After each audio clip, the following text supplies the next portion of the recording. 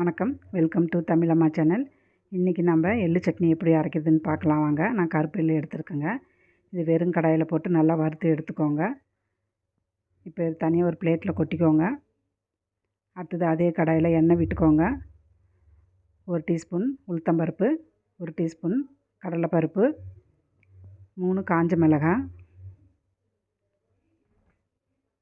10 சின்ன வெங்காயம், 15 பல் பூண்டு, கொஞ்சமாக கருவேப்பிலை, 1/4 டீஸ்பூன் ஜீரகம், இது எல்லாம் போட்டு நல்லா வதக்கிக்கோங்க.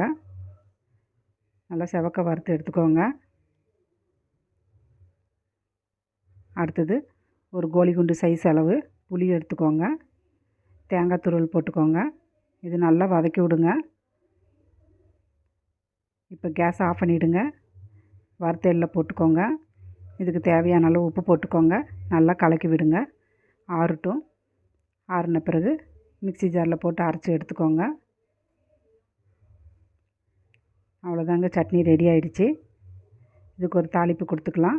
கடாயில் எண்ணெய் விட்டு கடுகு, கடலைப்பருப்பு, காஞ்ச மிளகாய், கருவேப்பிலை இதெல்லாம் போட்டு ஒரு தாளிப்பு கொடுத்துருங்க.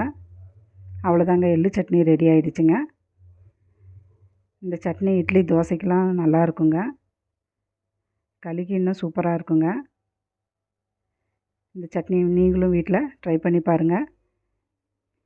எள்ளு உடம்புக்கு ரொம்ப நல்லதுங்க. சட்னியாக செஞ்சு சாப்பிட்டு பாருங்கள், சூப்பராக இருக்குங்க. நன்றி.